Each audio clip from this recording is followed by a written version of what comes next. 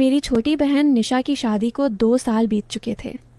निशा हमेशा से ही घर की लाडली रही थी और उसके पति रवि भी बहुत ही जिम्मेदार और आकर्षक व्यक्तित्व वाले थे।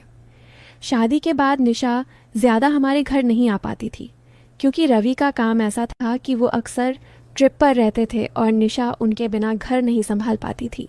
दोनों का रिश्ता इतना गहरा था कि एक दूसरे से अलग होना उनके लिए नामुमकिन सा लगता था। यह बात मुझे उस दिन पता चली जब निशा होली पर हमारे घर आई थी। निशा को आए 5 दिन हो चुके थे, लेकिन रवि के फ़ोन हर घंटे आते रहते थे। निशा अक्सर फ़ोन पर कहती थी, इतनी जल्दी कैसे लौटूं? थोड़े दिन और ठहरने दो ना। लेकिन तुम भी ऐसी बातें करते हो कि मुझे तुम्हारी याद सताने लगती है। तभी पापा आ गए और निशा ने फ़ोन रख दिया। पापा ने निशा को बाहर बुलाया क्योंकि होली की गुजिया, मालपुआ और ठंडाई बनानी थी। हम सब ने मिलकर दोपहर तक आधा सामान तैयार कर लिया था और बाकी शाम को बनाने का प्लान हुआ। दोपहर हो चुकी थी और मैं बालकनी से बाहर का नज़ारा देख रही थी। तभी मैंने देखा कि रवि बाहर कार पार्क कर रहे हैं। मैंने फ़ौरन निशा को पुकारा। निशा बाहर आई और बोली, तुम सच में आ गए? मुझे लगा तुम मजाक कर रहे थे फ़ोन पर। उसी वक्त पापा भी आ गए और बोले, दामाद जी कब आए? बिना बताए चले आए। पहले सूचना देते तो हम तैयारी कर लेते। रवि ने कहा, नहीं पिताजी, ऑफिस से शहर आया था तो सोचा मिलकर ही जाऊं। पापा ने कहा, जाने की बात मत करो, अभी आए हो तो रुक जाओ, शाम का खाना साथ करेंगे और रात आराम से। मैं तुम्हें अभी नहीं जाने दूंगा। रवि चुप रहे और मुझे पता था कि वो जाने के लिए नहीं आए हैं। तभी निशा चाय लेकर आई और रवि को चाय देते हुए धीरे से बोली, मुझे अच्छे से मालूम है तुम किस वजह से आए हो। मेरे बिना 5 दिन भी नहीं गुजार पाए।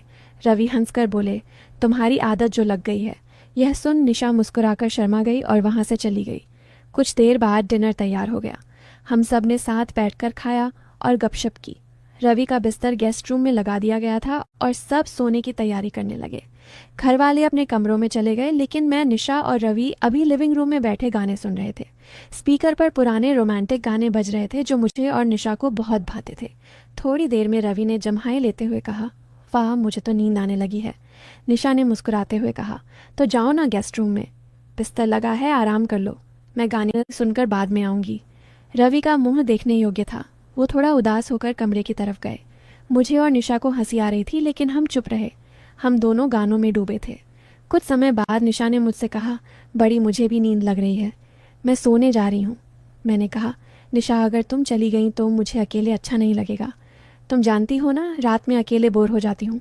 निशा रुक गई और बोली, ठीक है, थोड़ा और रुकती हूँ। उसी समय रवि ने कमरे से आवाज़ दी, निशा, मुझे ठंड लग रही है, कंबल चाहिए। निशा ने कहा, रुको बड़ी, मैं रवि को कंबल देकर आती हूँ। मैंने कहा, ठीक है, लेकिन जल्दी लौटना। निशा नेरिया अलमारी से कंबल लेकर रवि के कमरे में गई। मैं सोच रही थी अभी आएगी, लेकिन 10 मिनट गुजर गए और घर में सन्नाटा था। डर के मारे मैंने निशा को पुकारा। थोड़ी देर में निशा कमरे से निकली। उसकी सलवार थोड़ी उलझी हुई थी, बाल सांडरे थे और सांसें तेज चल रही थीं। मैंने चिंता से पूछा, निशा, इतनी देर क्यों लगी? मुझे बोर हो रहा था। निशा ने हंसकर कहा, अरे कुछ नहीं, तुम्हारे जीजू को बहुत ठंड लगी थी, इसीलिए कंबल ओढ़ाने में वक्त लग गया। तभी रवि कमरे से निकले और बोले, अरे मेरा वॉलेट कहीं गिर गया है, क्या तुम ढूंढ दोगी? निशा ने कहा, ठीक है, देखती हूँ, तुम यहीं रहो। लेकिन रवि बोले, तुम देखो, मैं कमरे में इंतज़ार करता हूँ। यह कहकर वो वापस चले गए। निशा मेरे रूम में गई और वहाँ से अपना पर्स लेकर रवि को देने उनके कमरे में चली गई। मैंने सोचा वॉलेट देकर जल्दी आएगी, लेकिन काफ़ी देर हो गई और निशा नहीं लौटी। मैंने फिर से निशा को आवाज़ दी, लेकिन कोई उत्तर नहीं। मैं समझ गई शायद निशा वॉलेट ढूंढने में लगी होगी। थोड़ा असहज भी लग रहा था, इसलिए मैंने स्पीकर बंद किया और अपने रूम में सोने चली गई। लेकिन नींद नहीं आ रही थी। बिस्तर पर लेटकर मैं किताब पढ़ने लगी। 1 घंटे बाद किताब ख़त्म हो गई। अब मैं इधर उधर कुछ करने लगी, लेकिन याद आया कि मेरा चश्मा तो निशा ले गई है। अब मैं दुविधा में थी, क्या चश्मा लेने जाऊं या नहीं? नींद नहीं आ रही थी और समय कट नहीं रहा था। मैंने सोचा शायद अब वो सो गए होंगे। मन में विचार आया कि आजकल के लोग कितनी जल्दी थक जाते हैं, लेकिन कुछ रिश्ते ऐसे होते हैं जहां अलगाव मुश्किल लगता है। मैं सोचने लगी कि एक बार जाकर देख लूं कि रवि सोए हैं या नहीं, लेकिन यह ख्याल मन में घूम रहा था कि कमरे में जाना ठीक होगा या नहीं। मुझे असमंजस हो रहा था और अकेलापन सता रहा था। आखिर मैं चश्मा लेने के लिए निशा और रवि के कमरे की ओर चली।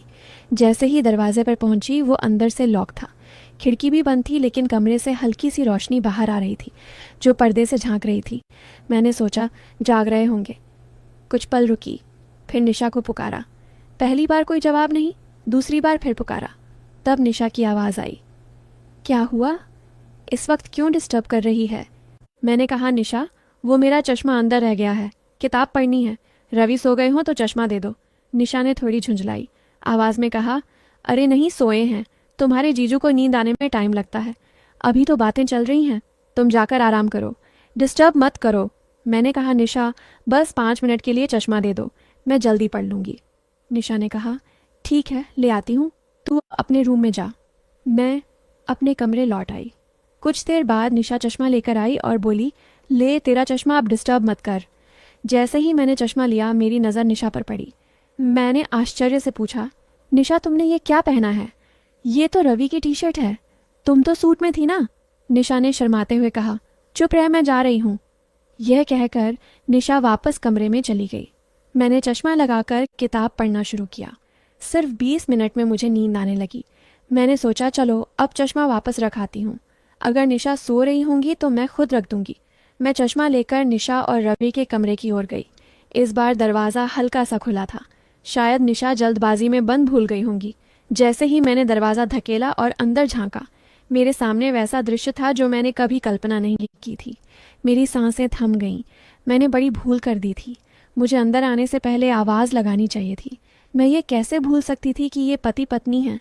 मुझे उन दोनों को देखकर गहरी लज्जा महसूस हो रही थी, लेकिन निशा और रवि को इसकी भनक भी नहीं थी कि मैं दरवाजे पर हूँ और उन्हें देख रही हूँ। उसके बाद जो हुआ उसे जानकर आप इतने हैरान हो जाएंगे कि आपको एक बड़ा झटका लगेगा। कहानी का अगला भाग जानने के लिए तैयार रहिए। अगर आपको यह पहला हिस्सा अच्छा लगा तो हमें कमेंट्स में ज़रूर बताएं। कहानी के दूसरे भाग को जल्द ही लाने की कोशिश करूँगी। बस एक लाइक कर दीजिए और मेरा काम है कहानी का अगला हिस्सा आप तक पहुँचाना। वीडियो पर 1000 लाइक्स होते ही पार्ट 2 आ जाएगा। तब तक के लिए बाय।